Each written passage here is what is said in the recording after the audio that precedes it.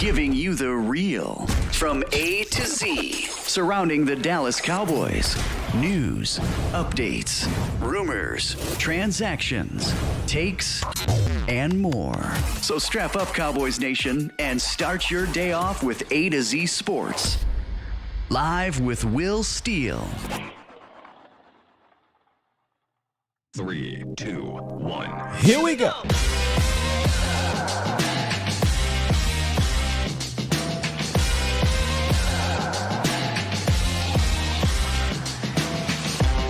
Good morning, good people.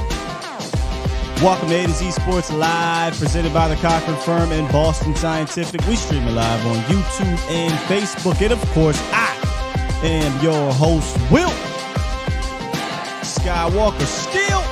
Boom!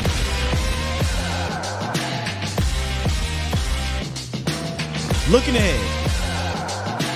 Cowboys are also looking ahead, but we're going to take a small step back. Dallas is focusing on building momentum, says Dak Prescott. But I got three guys from Saturday's game that played well, played specific roles that I think the Cowboys are going to have to count on building on top of that, moving forward into the playoffs, the rest of the way, the regular season into the playoffs. Three of them, 1, 2, 3. Y'all can talk to me about a few of other guys. That's what I call them, the other guys. We'll talk about that later in the show. In the roundup, we got some numbers that are backing up what my eyes are telling me, Shady. What my eyes are telling me when I'm watching the tape, when I'm watching the games, and it's a troubling trend. And we got to talk about it a little bit because they need to tweak some things if they're going to go into the playoffs with better momentum in regards to this one specific thing. And then we get an update on the practice report.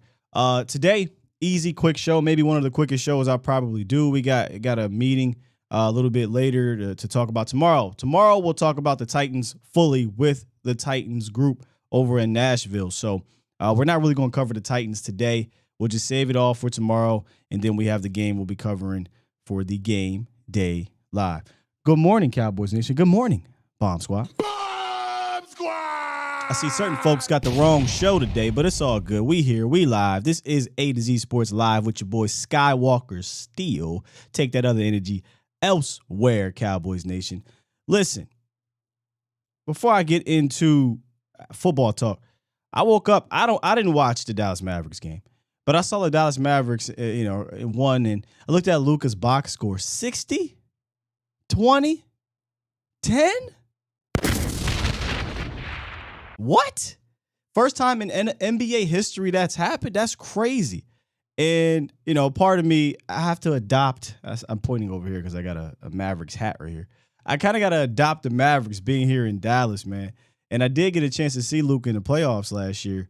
Me and Vash, and if Vash is watching this, he's probably laughing because where we were in the stadium or in the arena.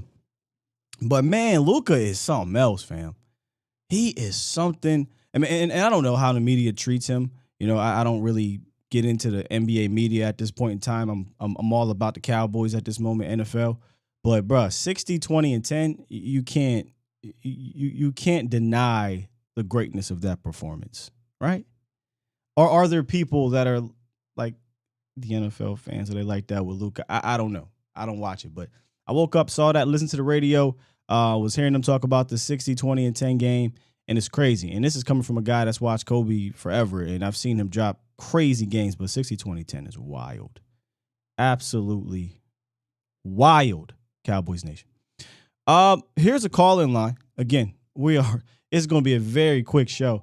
So if you guys want to get in where you can fit in, 351-999-3787, 351-999-3787 is a call-in line. I'll get to some calls. And then, honestly, like I said, it won't be long. Now, I know I've said that before, but I'm serious about today. So get in where you can fit in, Cowboys Nation. Let's get to this roundup, though. It's time! It's time! It's time! It's time! It's time! It is time for...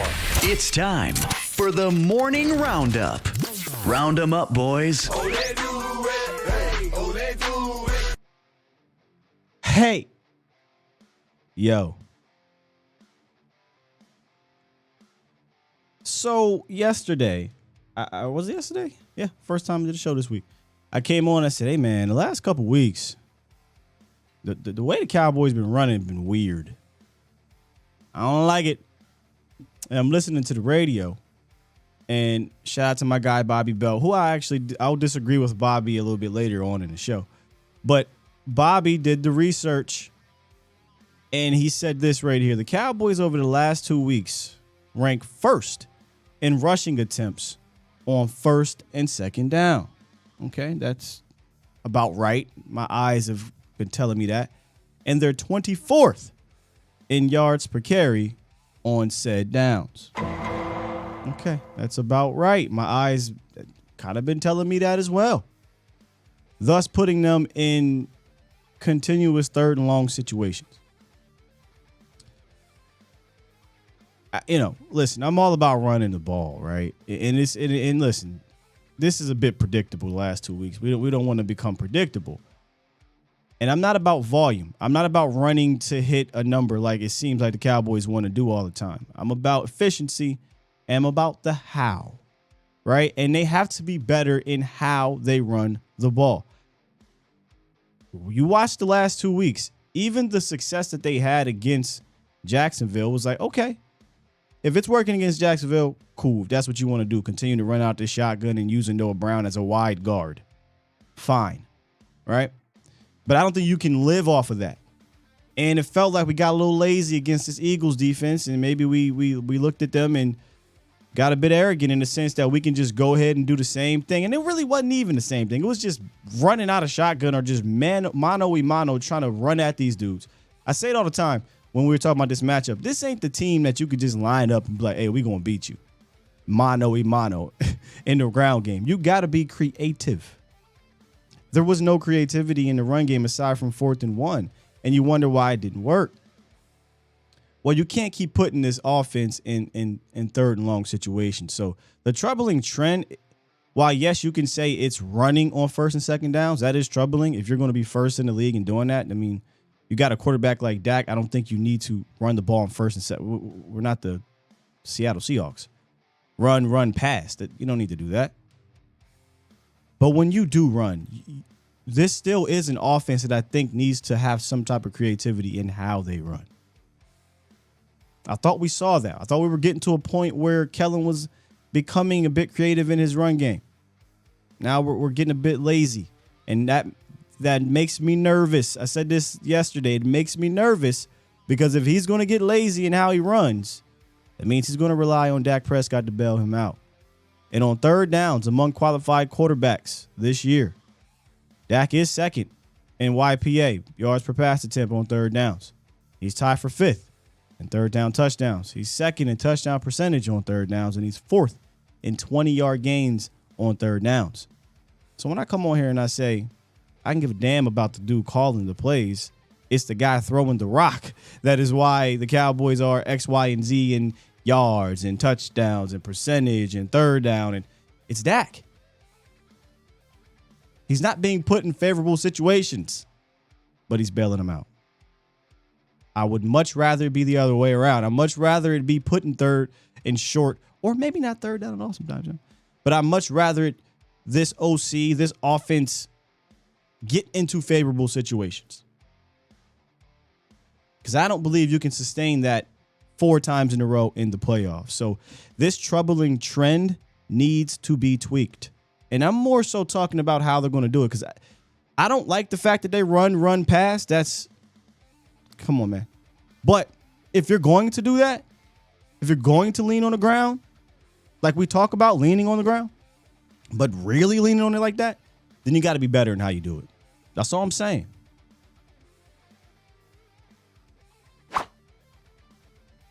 Let's get to Tuesday's practice report, which feels like let's call it a Friday, because today would be Saturday. Tomorrow's the game. So this week is really weird. But Tuesday practice report, I guess you could say it's a bit concerning. Tony Pollard didn't practice for the second time in a row. He's dealing with a thigh issue, and I'm a little bit torn on this one. Now, Jerry Jones came out and said he looks good, and we are counting on him playing versus the Titans. Well, I look at TP as one of your top 3 most important players on offense. And on the other side, which we'll talk about tomorrow with the Titans, Zach and Austin over at A to Z Sports Nashville, they seem to be resting dudes. I mean, whether it be resting guys because they don't have the bodies in general, they legitimately are hurt, or they're like, hey, listen, this game means nothing, which it technically does not mean anything to the Titans because it all comes down to week 18. They may not be playing guys. Like King Henry may not play at all. We know Malik Willis is going to be the quarterback, who he's just not a good quarterback right now. Offensive line is in shambles. They don't have receivers. Defense is missing some key players. Jeffrey Simmons probably won't play. He was a DNP again. So I look at this Tony Pollard thing and I say, well, should he play? Should he play? He's dealing with a thigh. I want TP to be healthy, man. So if you had to ask me right now, I'm leaning more towards just go ahead and rest him because he's legitimately dealing with something. I'm not resting him out of fear that, oh, we got to keep all our fresh guys. No. If he's legitimately dealing with something, then yeah, you rest him. Michael Parsons had a hand thing going on. It was wrapped yesterday, but he said it's not going to sideline him. He was limited. Leighton Vander Esch didn't practice again. Don't expect him to play, but he was on the resistant cord, so he is trending towards being available for the playoffs. If Dallas secures this victory and Philly wins, then yeah, you start resting guys week 18 because you can't finish any worse than 5th seed. If Philly loses and you go into week 17, we don't know what time the Cowboys play, so that'll be interesting. I wonder if they look at Leighton and say, well, maybe we could use you, but regardless, you're in the playoffs. I think you can possibly get by resting Leighton these last 3 games and just seeing if he can be available for the playoffs. Speaking about the Titans and what they're doing over there, it seems like the Cowboys players do not care. And I like that mentality. We don't really care what's going on over there, says Ezekiel Elliott. And Dak specifically talked about building momentum. He said, honestly, I don't ever really care what they're doing on the other side. It's about us building momentum and gaining confidence each game and moving forward as we play the last 2 games out and move over into the postseason. A couple weeks ago, I love how this schedule was set up, right? You got the fighting Jacksonville Jaguars, who are coached well, good quarterback, good offense, and they gave the Cowboys a fight that the Cowboys should have won, but they didn't. The Eagles, well, we didn't know Jalen Hurts was going to get hurt, but nonetheless, still a division game. You had to win it. Good defense, right? Still a good offense. They needed to play that type of opponent, and this time they finished that type of opponent as opposed to last year. This week, you kind of get one of those Washington football people games from last year when it was COVID and they were playing all these backups and things like that. Well, not our fault, right? So this isn't one of those games. But next week, if you win, if the Eagles lose, you still are playing for something. So I'm with them. Build this momentum. You want to put positive tape, positive energy heading into the playoffs. And I'm talking about real energy, not we're playing the Eagles third string and we put up 56 points. Not that kind of energy, right? Like real legitimate momentum. And I hate to use the term figuring out who you are because we're in week 15, right? We should know who we are. But certain things have been reset, right? You got T.Y. Hilton's back. Not back. He's being integrated in this situation, right? The cornerback 2 spot. How do the Cowboys address that? Put a pin in that because we'll talk about that a little bit later. So there's things that they got to build momentum on with, period, aside from just playing well, but seeing who can do what for you given there's new players involved at very important positions. So Dak's right. We got to build this momentum, Cowboys Nation. Got to build this momentum. So that's this morning's roundup, which of the 3, I think obviously that troubling trend sticks out the most to me. That first down run, second down run thing, that I don't think the Cowboys can live like that in the playoffs. I think we kind of see that before with this franchise. First down run, second down run, third down pass. And now when you're not being productive with first down run, second down run, you're putting yourself in third and longs. Can't have it. You can't have that compounded with strange play calling, common sense lacking decision making in regards to how you're calling these plays and glitching. You can't have all of that and rolled up into one heading into the playoffs. So Maybe that's another thing they need to build momentum on. Clean up the how. Clean up the process. Need to be a well-oiled machine going into these playoffs, man, because it's looking like you're going to have to rely on that offense. It's looking like that right now. We'll see what happens over the next 2 weeks, though. We'll see what happens. All right, y'all jumped in here on these phones. So 1, 2, 3. I'll give it a few more minutes to keep it open, and then I'm about to lock them up because we'll just roll with these once I get to these other guys. So let me get to a couple, and then I'll talk about 3 of the guys. One of them isn't really an other guy, but the way they use them is something I wish they would continue to do. But we'll get to the 3 guys that I think they'll need to build on top of their momentum. And 2 of them might surprise you, so just hold tight and bear with me when I say these things. But let's get to the phone lines, man. The Pulse of the Nation phone lines presented by the Cochran Firm. My guys Larry and Brian down at the Cochran Firm have been protecting, serving, and fighting for this DFW area community since 2005. We are still in the holiday season, so people are still out there doing their thing. And if they out there doing their thing, that means they driving. And you know how it is around here in Dallas. So if you get into any type of accident or anything of that sort and you need some legal representation, hit up my guys Larry and Brian at the Cochran Firm. 1-800-THE-FIRM, or schedule your free consultation today at CochranTexas.com. Oh, my Reading brother. Good morning, sir. How are you? Oh, good morning. God bless you and the show and the family, like always. I just want to say, like I was listening to what you were saying, and you do got a lot of points on the running aspect. They do got to be more creative. But my point about because I know, you probably say that I stress the running game a lot. But the thing is, like with the passing game, because remember, when they pass, the clock seems to get shorter. You know what I'm saying? And the defense, the other side of the ball gets the ball faster. You understand what I'm trying to say? I suppose. I mean, but the Cowboys aren't having trouble with 3 and outs. The Cowboys are the number 1 third down or number 2 third down team in the league in regards to third down percentage. So, if they're not turning the ball over, they're usually staying on the field.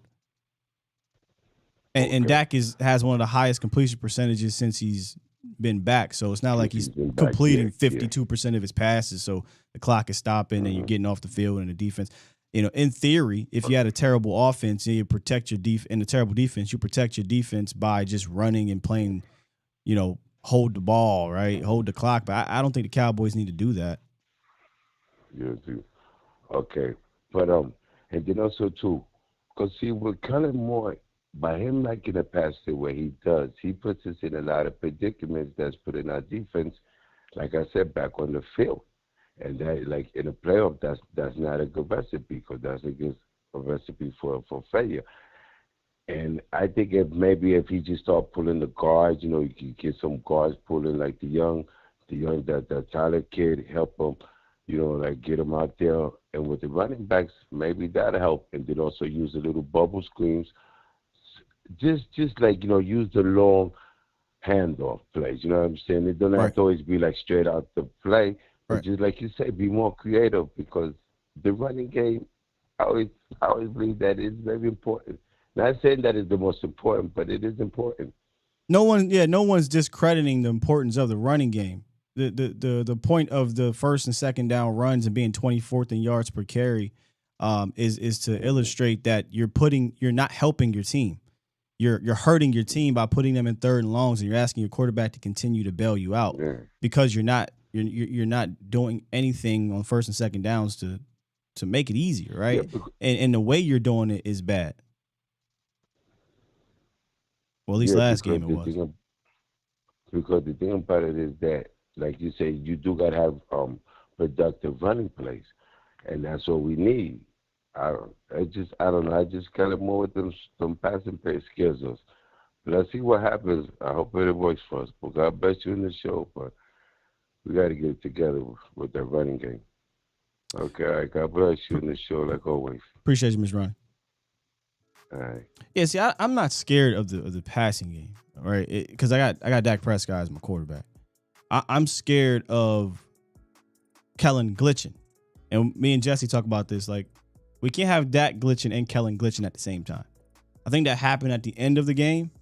They both glitched at the same time. The play call, and then Dak, instead of throwing it out of bounds, he takes the sack, which took him back 9 more yards. So I'm not, if Dak got to throw the ball, like, I know a lot of y'all don't like the guy, but I'm fine with Dak throwing the ball because we ran the ball, 29 times, so we're still running the rock. Again, it's just about the how, and it's about the purpose, dribbling with a purpose. And not running to meet a quota, not running to meet a number, like not being these cops out there just writing tickets to meet a quota. We don't want to do that. We want to run with a purpose, man. I'm getting a little worried. We're getting a little bit lazy with that. And I don't want to get into the postseason and we fall into the trap that we fell into last year against the Niners, where they were just running all right, cool, we're just going to mix it up and run.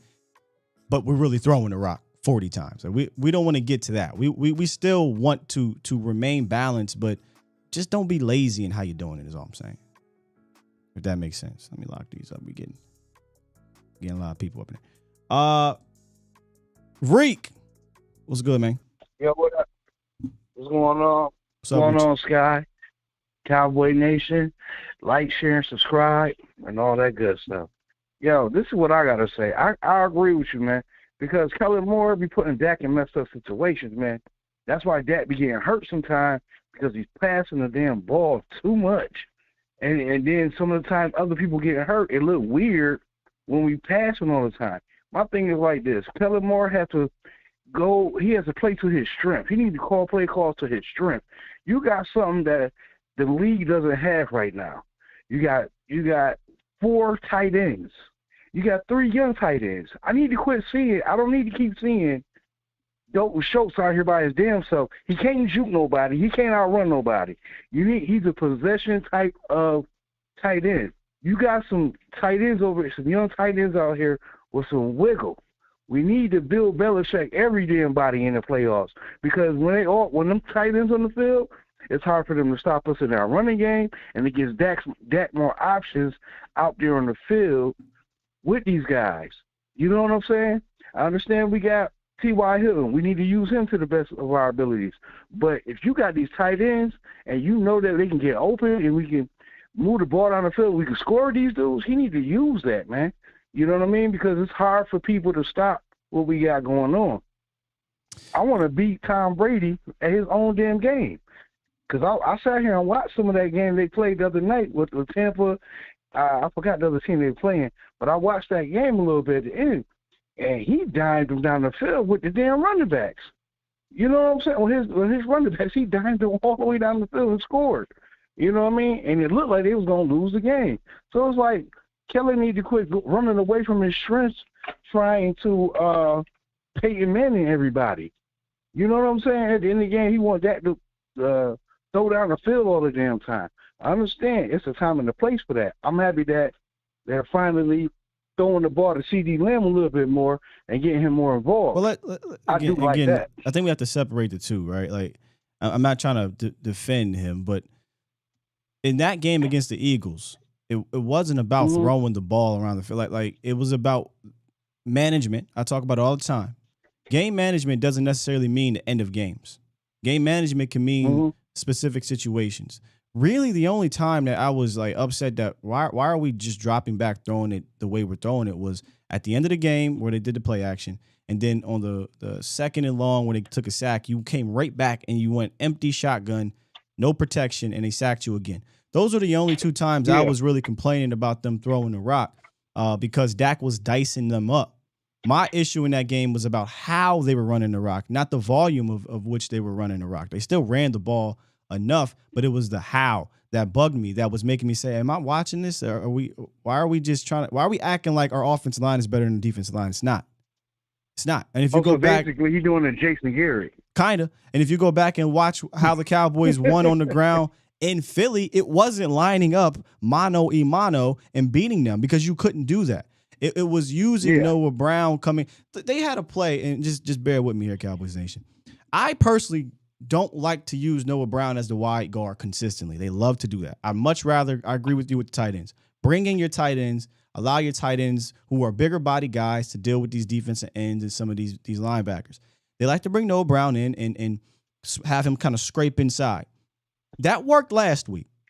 It wasn't working this week. but they kept doing it. Yeah. But the one time that it did work is when they, instead of bringing Noah Brown inside and just having him kind of just find a guy on his left, they at snap motion or after the snap, they kind of cross-faced Noah Brown to the other side. He I think he got on top of a linebacker, and it created a big hole for TP, and he got down to the 2. That was the biggest gain for Tony Pollard in that game, and they never really went back to it, right? They never went. If you're going to use Noah Brown, you use him like that. And you know when that worked?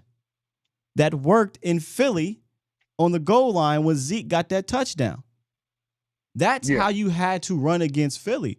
And I'm like, are we getting lazy? Are we just, hey, we're going to line up in pistol and we're just going to turn around and hand it off? We're going to line up in 2 tight end sets and hope that our guards can handle Javon Hargrave and Milton Williams, and they couldn't. So that is why I was a bit frustrated with the how they ran, not the volume of which they ran. Like, they ran the ball enough. It was just how they did it. Yeah, I understand, because sometimes he just be running the ball just to say, oh, I ran the ball. I can't say nothing, I didn't run the ball. Right. But it's like, where's the creativeness about you running? Because when you watch teams like San Francisco, they're creative as hell how they run the ball. You know what I'm saying? Because you don't know where that running back going. You don't know where that hole opening up at. And they give that running back options what hole he want to run through. And we need to start doing that because we got two good running backs that still that could do their thing if they get the holes open for them. And I think we do need to rest TP this week. I think we need to see what the young boy Davis can do behind Zeke, because we already see what he can do behind TP. Yeah. Let's see what he can do behind Zeke. Oh, I like that thought. I like that thought. All right, but good luck, Sky. I'll holler at you later. Cowboy Nation, stay up. Peace.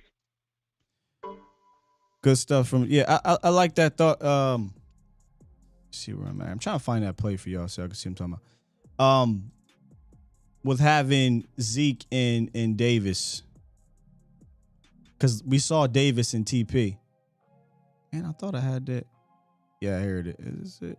Yep, here it is. Let me see if I can pull this up for y'all. Just bear with me. In fact, let me get one more on the horn. One more on the horn, then I'm going to go to my other guys. One more on the horn, I'm going to show you the play, then I'm going to go to my other guys, and then we'll finish out with the phones. DJ, what's goody, man? Hey, good morning, Scott. Good morning, Scott. How you doing, brother? I'm good, bro. How you? I woke up this morning feeling fantastic, brother. So last night we actually got into the film on Roger's side, and I was able to see all 22. So I know exactly what you're talking about with that Noah Brown play. Okay. And the main thing I was thinking is just because Noah Brown can bang with pretty much, at least against the Eagles, right? He was banging against defensive ends, against linebackers, and he may not dominate every exchange, but he got the job done.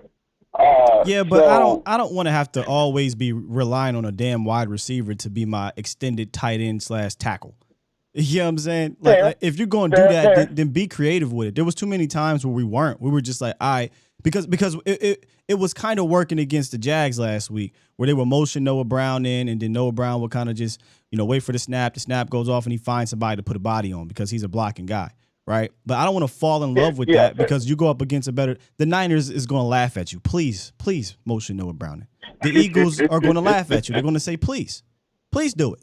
I will run his ass over. And so, when you're going up against these better defenses, I think you got to have a better plan of attack. Fair. And the main thing, because generally speaking, we're used to the offensive line getting in there and winning on a run play more than they were losing. And I feel, especially against the Eagles, it was more 50-50, even if you want to say it was 60-40 on the Eagles side. The big thing that the Eagles did was they were winning the count. They would walk down a safety. They would walk down, an extra defender to where, and it would confuse it because they'd send it from different angles and things like that. Guys are looking like there's one play in particular that I think it was Blankenship walks down at the last second and is head up on Zach Martin. Zach Martin identified number 57. I don't know his name. He identified number 57 as a linebacker. So he chips with Biotis, and then he's looking for 57, Blankenship goes right behind him. And they did that on multiple occasions on the run game, where if you look at everybody else, it was blocked pretty okay, but Blankenship messes up the whole thing. And there was many occasions where it was not blocked okay. Many occasions where the offensive line just was getting whooped. I mean, flat out, their defensive line just owned the Cowboys' offensive line. That is the crux of what happened in the run game against the Eagles. There really is nothing else. I don't think that's that nuance about what happened in that game. They could not get the standard push that they were used to throughout the year. And again, that's a credit to the Eagles. They have a good defensive line. That's why I think you have to attack them differently. And if you watch the Eagles-Cowboys game in Week 6, watch how they attacked the Eagles' defensive line and watch how they did it in this game. It's night and day. Yeah, for sure. And Vox made the point last night, because usually you're dealing with, 2 or 3 different guys, and you wear them down as the game goes. But they have so much depth and can rotate so many guys so frequently that it's a different deepest monster with the Eagles. Eagles. Deepest defensive line in the league. Yeah, by far. I mean, I think they got 5-6 guys just out in the interior. On the tackles. Which is crazy. Yeah. It's crazy. Every last one of their tackles will start for this team. Think about that. Milton Williams, Linval Joseph, the Dominican School, the Sioux, I bet you all would take them to start. That was one specific position. I ain't even talking about Javon Hargrave and Fletcher Cox. So, yeah. Yeah, no, like, Hankins is their third dude, if you think about it that way. And Hankins is by far our best interior, or has been since he's been. But anyway, What's I feel you, DJ. Let me get to the rest of these calls because I really can't be on here all day. I got to get going here soon. So I got you, brother. I got you. I'll get up to it. I'll talk to you at 3. Yes, sir. Well, yeah, we'll be on. All right. Let me get to this play that I'm talking about here. Here's Noah Brown, right here. They love to put Noah Brown in these situations. Oh, there we go. Boom. They love to put Noah Brown in tight, and he'll normally do something like this. He'll just come right here and just block a guy. That's it. And that could work against certain teams. But on this specific play, they're going to have CeeDee Lamb come this way, eye candy, and Noah Brown's going to crack back here, and I believe he's going to get on top of this linebacker and open up this running lane. But let's let the play run out so you can see exactly what I'm talking about. This play sprung Ezekiel Elliott for a touchdown. There we go.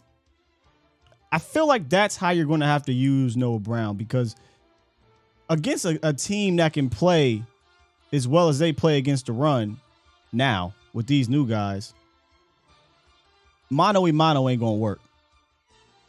And this play just happened on the other side against Philly, if you guys remember, on this side, and Ezekiel Elliott scored a touchdown. So that's what I mean by, like, the how, you know? You got the blueprint. It's right there. They didn't run that play again in the second half. Or the rest of that half. I think this is the first half. All right. I'm supposed to get to the other guys. Should I even do it? Yeah, let's do it. Let me get to the other guys. So these are 3 guys. And then the last person, you're probably going to be like, well, why is he on her? He's not another guy. Just hear me out. Okay? Just hear me out. Nahshon Wright. Yesterday, somebody called in and we talked about Nahshon. I said, I gotta go watch the film, but it didn't seem like he was an issue. I didn't hear his name a lot. On Voch's show, it was like, yeah, he didn't die. So it seemed cool. So I said, I'm gonna go watch him. I know this is gonna seem crazy because I got 2 defensive guys on here. And I have here career game. I mean, yes, technically is a career game for Nahshon Wright. He had 39 snaps, okay? He had 9 tackles in that game. He was targeted 7 times. Gave up 5 receptions, but only 35 yards. Had 2 pass breakups. One of them was the kind of weird one in the back of the end zone, but it is what it is. He had 2 stops and a tackle for loss. He looked more comfortable this game than he did last game. And again, him kind of getting thrown in the fire, I get it, right? He's not preparing to be the starter or get as many snaps with Kelvin Joseph being the guy last week. But he felt more sure of himself. Now, they got him on an over route. That's going to be tough for him. He's a long guy, not really quick in his feet or whatnot. So over routes are going to be a problem. And they just happened to find an advantageous situation. They caught the Cowboys in the man coverage. They put Nashawn, I think it was on Smith on the inside, so he was in the slot, which he shouldn't have been, and they caught him. Right, it is what it is.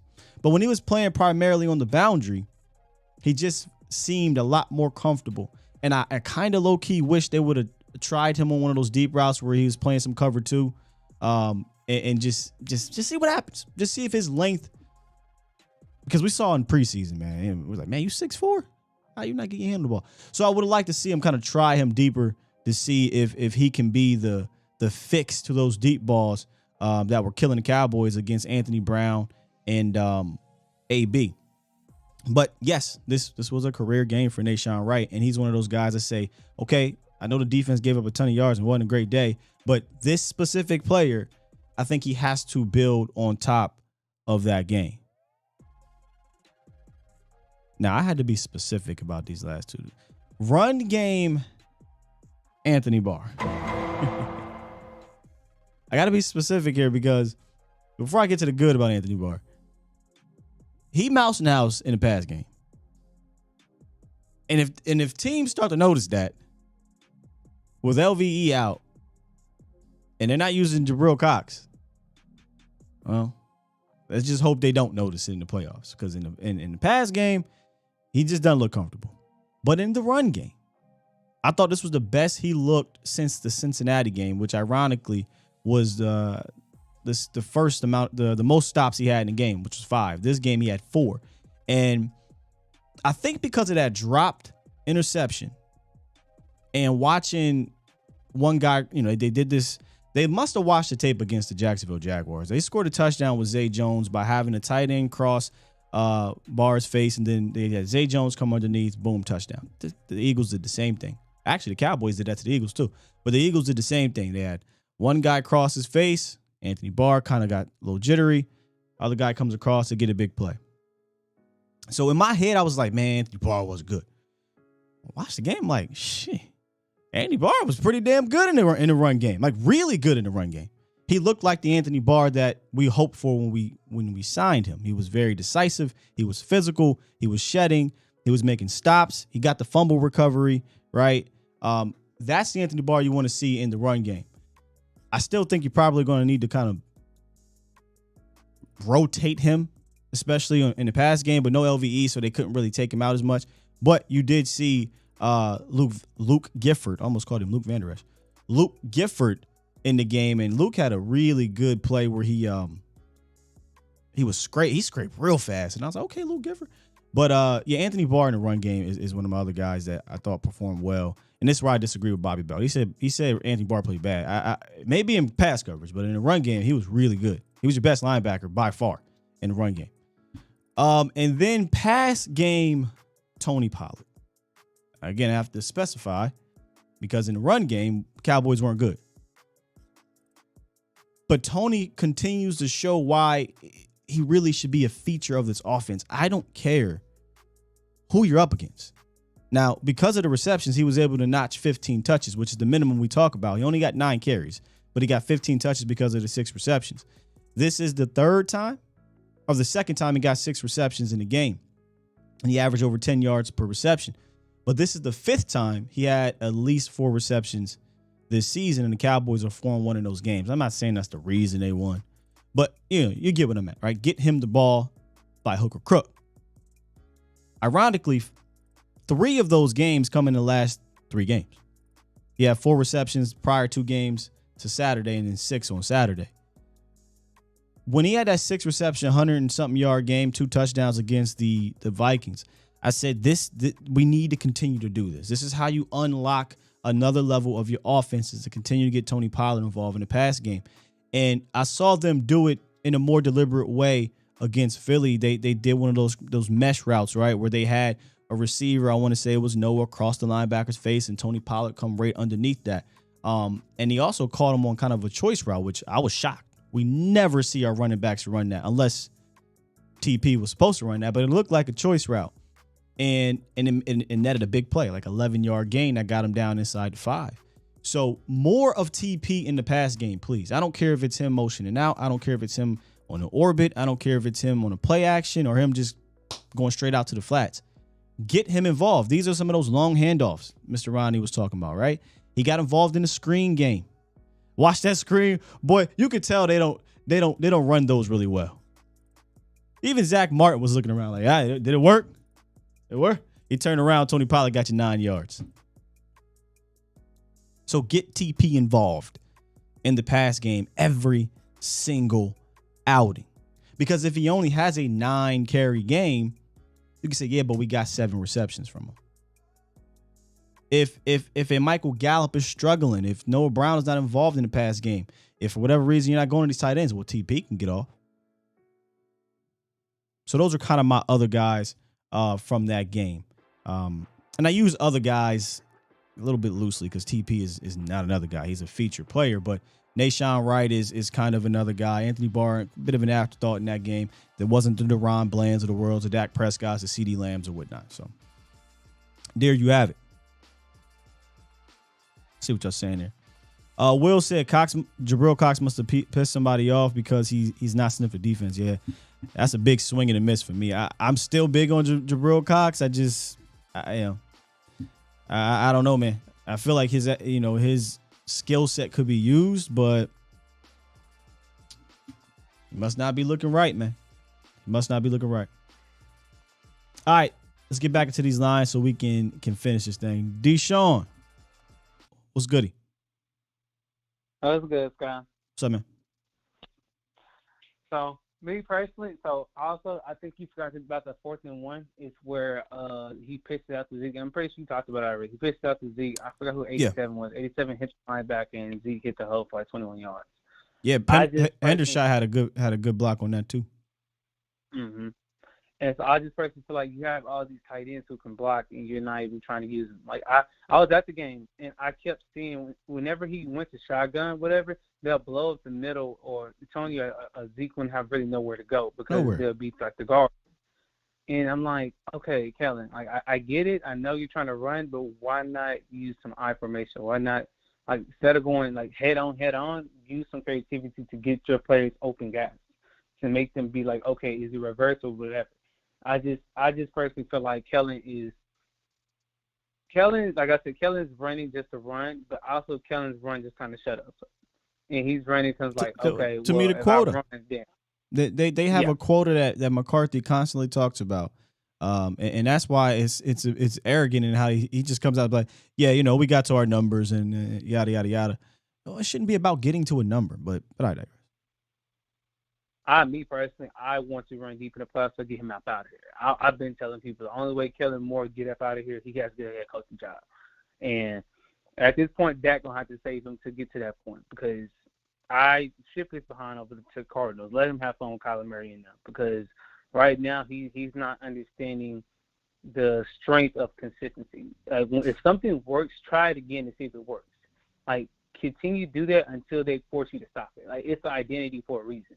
You can't just go out there throwing plays out and trying to see that, oh, okay, this works. Let me try something else. No, if something works, continue to do it. But see, my biggest concern is this: when Cooper Rush went and it was time for him to play, why did Kellen Moore start being a lot more creative? But soon Dak comes back in, everything just dies down all over again. But he wasn't though. Like that's the thing. I don't want us to get too elementary with this. He was creative with Dak when he came back. This is a recent thing. That's why I said it's a troubling trend recently. Dak has played now 10 games, right? I think it's been 10 games since he came back, something like that. Yeah. And for most of those games, we saw, and that's why I was heralding him as being creative in the run game. I don't know why recently we're kind of reverting to being a bit lazy, in my opinion, in it. But I don't want to act like he just completely went away from being creative in the run game. It's recently that has happened, in my opinion. Yeah. But I'm telling you, Scott, hey, if we don't be creative in the run game, you know what's going to happen? Tampa Bay going to bounce our ass right up out of there. They're going to bounce us right up out of here. You, and the whole Cowboys community is going to be talking. Eagles fans going to be laughing at us. And if we can't get our third round if this don't get fixed. And Tampa Bay's playing terrible. It's not a good team, man. But they got that quarterback, and I will never do this again. If it's Tom Brady and Aaron Rodgers, you just got to go beat them. I'm not talking about, they're old. Nope. go beat them because you can't. You haven't. So beat them. All right, then, Scott. Thank you. Yes, sir. Appreciate you, man. Let's get to Bro G. What's goody? What's up, my man Scott? Good morning. Good morning, good sir. Good morning to yes, sir. Good morning to America's fans. And yeah, man, I want to shout out to Nashawn Wright, man. He's from my area. We only live about where he's from, maybe like 25 miles. He's from East Palo Alto. So yeah, I don't know if you know, but he was also on that show on Netflix, Last Chance U. Yep. When he got drafted, we talked about that. He was on that show. Okay. I didn't know if y'all knew that. Yes, I know he balled out a little bit. That's that. And I see what you're saying about the run, and what everyone else saying about the run game. I think you've been saying it. Law Nation's been saying it. When we run, but we don't run with a purpose. We're running for that quota. Let's get to hit that certain number of runs that we need to get, whatever. Let me tell you I see with the. Go ahead. Let me tell you what dribbling with a purpose looks like, Bro G. The Eagles. Go watch their sequence of plays to open up the game. Oh, they and then they did it again on fourth down, but they deliberately ran the same passing concept, quick slant RPO thing to toy with Trayvon. They toyed with our all-pro cornerback, right? They said, okay, on the left side, we're going to send the inside guy to the flat, the outside guy on the quick slant. We're going to throw it to A.J. Brown. 2 plays later, same RPO look. They did the sluggo and got a 50-something. That is setting up your plays, man. Yep. And I just wish we could do that a little bit more. You took the words right out of my mouth again. We need to have a same formation and be able to run like 3 or 4 plays off that same formation, whether it be pass or run, so they don't know what we're going to do. We're so predictable. I know you hate that pistol formation we do. Oh, I can't stand the pistol. Like what? Yeah. What are we doing here? Yeah, I hear you on that. What I really want to talk about was our defense, man. Okay. I noticed that we haven't the last 3 weeks. We haven't been able to get to the quarterback because the quarterback just gets the ball out too freaking quick. I was like, dang, what's the reason for them? I mean, for us, for one, our D line, gets there, they can't hold on to. They don't got no time to hold on to, so they get it out as quick as possible. And I'm thinking, man, I don't know. Right, but if Jalen Hurts was playing, and I know there's most quarterbacks that are mobile, they don't hold on to the ball probably a hundredth of a second longer because they think they can get out of it with their legs. You know what I'm saying? So I don't know. And plus, Jalen Hurts, he's not accurate when he's on the move. If we flush him out and he has to throw and run, he's not that accurate. And man, who knows? Man, we might have beat the Eagles even worse if Jalen Hurts was playing. So I hear all the Philly fans talking about this and that, but I know the most successful quarterbacks are not mobile because they get the ball out so quick. You got Brady, Peyton Manning, Dak's starting to do it. Trevor Lawrence, the kid down in San Francisco is doing it. Man, they're getting the ball out very quick. That's because they're not mobile. You can't, you can't afford to be taking them hits. Like quarterbacks that can move around and get loose. That's all I really want to say, and see what you thought about that. So I'm going to get off the phone and listen to the rest of the show, Sky. I appreciate you, Bro G. All right. You have a good one. Yeah, it's I'd be lying if I said it wasn't in my mind. Like, okay, is the word concerning? I guess I could say I'm concerned. Because it feels like the pass rush has hit a bit of a wall. And it ain't just like Micah. Like Micah over the last 2 weeks has created 20 pressures. 20. Now, he only got home once, and I can't blame all that on him. I mean, quarterback's just throwing the ball away once he gets over there. But again, we talk about the other guys, right? Where are they? Beginning of the year, it was an onslaught of dudes. It was an onslaught. Now it's like, where are the rest of the guys? Micah Parsons is only one man. And maybe we get into the playoffs and they'll ratchet back up. They'll turn it back on. Maybe, these stunts, I talked about this before. We are a very heavy stunt team, and sometimes stunts take a long time. That's just the nature of the play. Maybe we just say, hey, Osa, go beat your guy. Fowler, go beat your guy. D-Law go beat your guy, and then you match that with the back end, because right now, the play that emphasizes this whole thing is when he blitzed, but he had his DBs playing back. That really made no sense on third and basically long. Like, we're not matching the pass rush with the secondary anymore. I felt like they had a very great marriage for half or majority of the season. Now, because maybe what's happening in the secondary, we're trying to figure things out back there. There just doesn't seem to be that same symmetry. So, a question that we could pose: do you trust the secondary more, the pass rush going into the playoffs? I guess part of me still, because of who you got up there, I still trust the pass rush. I still trust him. I know 1 sack in 3 games, but I do love what Mike McCarthy said. Hey, the only people that need to be worried about the pass rush is the opposing team. Because you got a Mike over there. You still got a D-Law over there. Sam Williams will be back, right? Fowler, like, these guys are still good. The Eagles' offensive line is really good too, but I don't think you're going to run into that offensive line. And if you're going to be a team that wants to get the ball out fast all the time, I would hope that Dan Quinn matches that with playing a bit tighter coverage.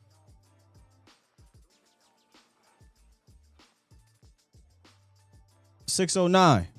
What's goody? Yo, what's good? Can you hear me? Yes, sir. I got you. All right. So I wasn't going to ask the Kellen Moore question, but the guy just before took my question. Okay. So I don't want to make this the Kellen Moore show. Like, for the last 4 or 5 years since he's been the coordinator, I mean, you look at it, he's always done something stupid throughout the year. You know, that one year, I think it was 2019, before Dak got hurt, but he didn't run the ball at all. Dak was throwing 40, 50 times a game damn near, and he put up crazy numbers. In 2020, he was looking the same way until he got hurt. You know, he wasn't really running the ball. He was, you know, doing whatever. And now we're running the ball too much on first and second down, like you said. Like, Kellen Moore is always doing something. He over the season, he just loses his creativity, and he loses his, I don't know, he just loses his swag. And he starts doing stupid shit, trying to do too much, I think, towards the end of the season. I don't think that's wrong. We talked about that in the offseason, right? Like the trend. No, for sure, yeah. For sure. The trend of Kellen was that, you know, starts off hot, and then we start getting towards the end of the season, and we're like, why are we looking weird? And I've only used that word once. When are we going to expect something different? When are we going to expect something different from him? He's showing his colors. Well, he is what he is. Straight now. Exactly. He is what he is at this point, and you're just going to have to hope that, again, like I always say, he catches a heater in the playoffs, and or you're able to overcome it. That it is what it is. Yeah, I'm right there with you. Like I said, I wasn't going to ask the Kellen Moore question. That's all I really have for you. I was going to ask about the sacks and where they're, why are we not getting more sacks?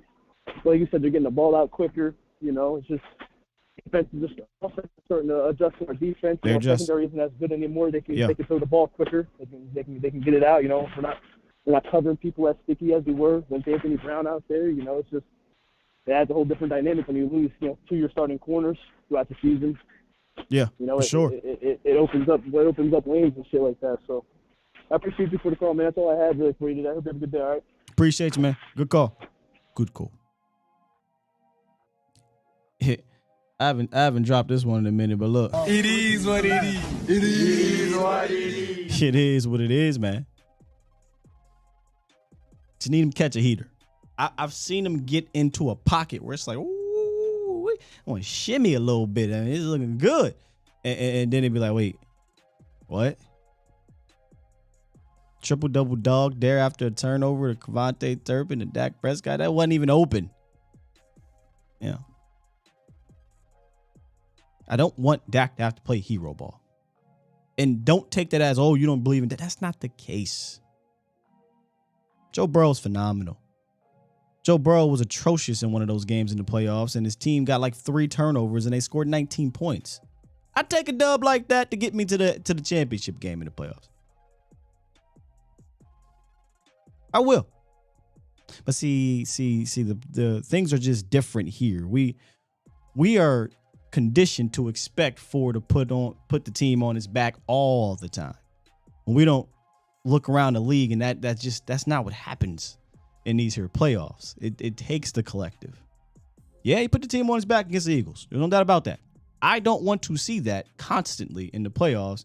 If it happens, now we're talking about, speaking of the Mavericks, we're talking about a Dirk Nowitzki type of run, right? Where, hey, Dirk the only dude doing it.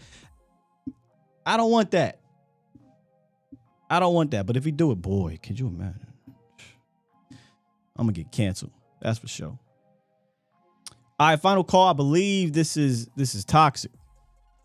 What's up, man? Good morning, Sky. Good morning, Sky. Morning. See, I don't call in just because when they lose. Yeah, you're calling. Go ahead. Hey, I just wanted to say I grew up in Pennsylvania too, and I remember getting heckled as a kid when I would wear my Emmitt Smith jersey and stuff and seeing Eagle fans talk their shit. And I didn't have to say anything because they're a poverty franchise. I don't concern myself with the sheet because they talk because they want to get a rise out of us. So I'm just happy that they took care of business and sent those dirty fucking birds home. So I know you had a great Christmas that you probably talked to some friends and family and with the big shit-eating grin on your face. Oh, they made pointing it. At the scoreboard. They made it so much easier to have a good Christmas. Oh, they always do. But the only other thing I will say is I want to say you're doing great work, and I really love what you have to say about what's going on with the offense, you and other content creators, because you're not hearing about this, other than in the realm of the Vach, the Law Nation, and yourself. Because as Ronnie pointed out, when you got Tyrone Biggums as your offensive coordinator, just worrying about getting his next high, of course he's going to, quote, glitch out. You don't get in bed with a crackhead. So I'm starting to wonder when you say his glitch, I don't think it's a glitch. I just think this is who Kellen Moore is. Yeah, it is. And when he is empowered by Jerry Jones and he has more power than the offensive coordinator in some regard, Kellen Moore's not going to change because he's kind of bulletproof. And this whole situation, again, just gives me Garrett Romo vibes because we wasted Tony Romo's career. And Tony Romo got, from a lot of these fans who now love him, he got roasted for years by some of our fans. And he carried some bad teams, and his back literally broke because of it. And I am just so worried now Dak Prescott is going through the exact same thing, and now some of our same fans are just saying, well, Dak can't get the job done. Yeah, well, when you got the idiot over there who can't game plan, and when shit hits the fan and he just starts fretting and just gets conservative like his actual dad, Jason Garrett, what do you expect to happen? It's the same thing. And this is why I'm toxic, because you would think after so many years, a decade of Jason Garrett and seeing this exact same thing, why are we going back to the Jason Garrett tree in philosophy? And I know a lot of Cowboy fans are confident, but don't lie to yourself. You're worried about Tampa Bay. You are, because deep down, you know that you hate hearing me say it. A part of you is worried they're going to lose, and that's the problem with this entire thing. I hope I'm wrong. Well, I Tampa really Bay do. specifically is the quarterback. It's Tom Brady. Oh, I don't even think Tom Brady's the biggest enemy. It's ourselves. What? That's the worst part. Shit. I just listen, brother. If we play Seattle, the Falcons, the Vikings, any of these other teams like that, I 100% would have a different level going into that game. But I'm not gonna lie to myself. It's Tom Brady. What are we talking about here? In the playoffs, I am more worried about Kellen Moore and his ability to do a Josh McDaniels and just rip shit apart and just find a way to trip over himself than Tom Brady right now, because you can't get rid of Kellen Moore. Until proven otherwise. If Tom Brady's on the schedule and Aaron Rodgers is on the schedule, I'm worried about Tom Brady and Aaron Rodgers until proven otherwise. You haven't beaten Tom Brady ever. Ever. Tom Brady's always beaten the Cowboys. You are 100% correct. I really hope if we lose round one, that Kellen Moore goes to, and they just cleanse and buy a ton of sage and just cleanse that star. I don't even want a guy named Jason on the roster. Just get rid of it. This era has to die. Everything about Jason Garrett has to die. Cut the damn cancer out, because it's either we're going to succeed with Mike McCarthy, and because he's done great things about this culture, or we're going to die by this ego that I know what I'm doing because I'm, quote, a football mind. I love Kellen Moore like a son. That is my ultimate worry. But other than that, have a happy New Year, Sky. I'm looking forward to hearing from you next year in 2023 and the bigger and better things that come with A to Z Sports. And hoping to goodness you get that studio soon, man. Keep up the great work and have a great year. Appreciate you, Tom. Story time. since we're talking about Kellen Moore, there was people putting on the cape. I don't know if they in this chat or not yesterday. And somebody specifically said, well, how do you explain, Dak being better since Kellen came, the offense being better since Kellen? First of all, it wasn't hard to be better than the Scott Linehan offense of 2018, right? Like that offense, that was the fourth year, 14, 15, 16, 17, fifth year of Scott Linehan. It got stale. The game passed Scott. It wasn't hard to do that, number one. Number two, we're still talking about a young developing quarterback that was Dak Prescott at that time. Number three, and most importantly, Kellen Moore is not coaching Dak Prescott. I think we tend to forget the relationship that they have. Well, Scott, how do you explain? I can explain. Number one, natural development from your quarterback. Number one. More talent in his pinky than Kellen Moore.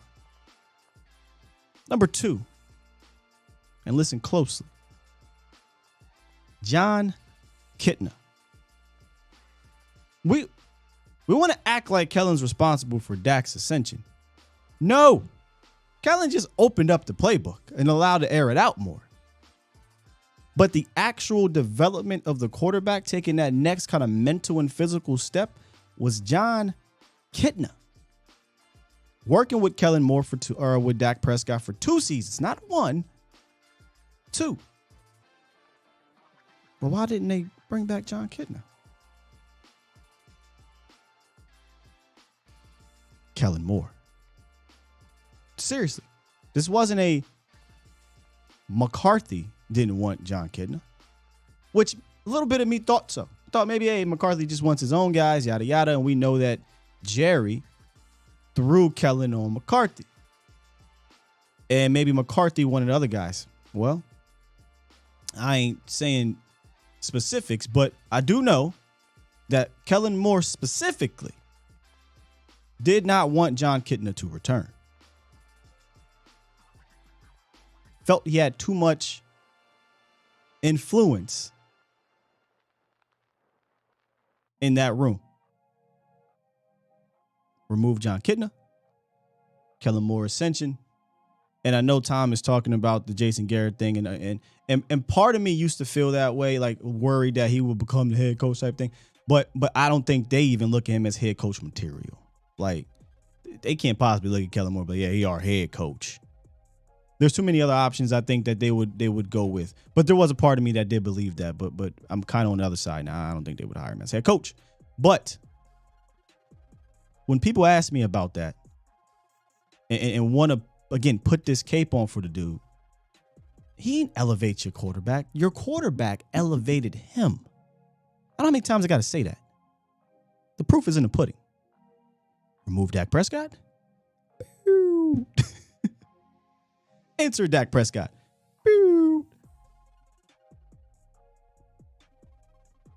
He is not the reason your Q took kind of that next step. The guy is not here anymore is the reason that he took that next step. But people want to keep putting that cape on because they see these numbers. But they don't want to talk about situational football. That's what's going to win you and lose you games. Not big, giant numbers. Situational football. Okay? Game plans. I digress. El Tino said, Kitna, what happened? Well, I just told you, bro. He didn't want him. Too much influence in that room. Which ticks me off because Kit was great. He was great for Dak. I think he would have been a great, I don't know if he wanted to be a coordinator or not, but I would have loved to see him coordinate or at least stay as a quarterback coach. But here we are. All right, Cowboys Nation, I got to get up out of here. It's actually went longer than I thought it would, but it was good. We had good talk today. I know some people don't like this kind of talk. I saw some people in the chat. Oh, we got too many. Listen, man, I say this all the time. I really do appreciate all types of fans, but if you're looking to come here for one specific side of things or you just want the low-hanging fruit, or you want the doom and gloom, or you want the rah-rah, you're not going to get that here. You're going to get a bunch of context. We're going to dive into things. I love to critically think, and that's what I do on this show. So if it ain't for you, cool. But if it is, hit that like button, subscribe. I think we got a good thing going here, and we're only going to continue to build it. Show tomorrow is going to be very interesting. We'll have the Nashville team on this side. Actually, we'll be on the Nashville's channel as well, which I got to figure out. We'll be on their channel. They'll be on our channel. We'll be talking Titans, Cowboys. I wish it was a bit different. I wish it mattered more to the Titans. They weren't as banged up, but we're still going to have a good show with those guys. And then later on in the evening, we will be doing the Game Day Live. Me and Jesse will be at the crib. So tomorrow will be all Titans talk. Really weird week, off Monday, only 2 days of regular Cowboys talk, and then we'll break down the opposing team one day. So we'll cover everything tomorrow with Zach and Austin. They do an amazing job over there covering the Titans. It's different in how they do it, but they still do a great job. And we'll bring it all together. This should be a good show, man. Mo, what's today, Wednesday? Yep, Mo will be back on tonight, A to Z Sports Primetime. He continues to kill it. And then I'll be on for the final show of the week. Again, a weird week with Vach on the volume. We'll be breaking down the Titans in that game, or with him. And you guys can call in that show too if you want to talk. But good stuff today. I appreciate y'all. Really, really good stuff. I didn't know where this would go, but y'all helped kind of swing it to where it went. And ended up being a really quality show. And that's all I try to do. Just give y'all a quality show, man. That's all I try to do. Oh, before I get out of here, where you at? Where they at, though? I have a tendency to always forget about Super Chats because I don't ever. There was a point in time in my YouTube career where you're like, hey, and if you support the show, send a Super Chat so you remember Super Chats. I don't ask y'all for y'all money. Y'all do that out of the kindness of y'all hearts, and I appreciate that. But I also want to make sure I read them. So that's why it slips my mind. I don't forget about y'all. I think it was Sports Guru. A couple I missed yesterday too. Sports Guru dropped one that said Kellen Moore has to Boise State gadget play up every game. Yeah, for no damn reason. And then Triple D said Jedi Dak had a Bradbury jam and bacon sandwich on the best defense in the league. Dak got guts and skill, baby. I don't know what else y'all want. Facts. Facts. I like that one. All right. Let me get out of here and set up for this meeting. Appreciate y'all, Cowboys Nation. I got to hit that button. Blake Jarwin back. Blake Jarwin is apparently trying out for the Eagles. I guess they trying to get intel. That's all I could think of. I mean, Goddard, they got that other tight end who's pretty solid. Don't really need Blake. But they probably say, hey, dog, Dak can't be doing that to us again, man. What you know about Kellen's playbook, Blake? We out of here. Love y'all. Peace.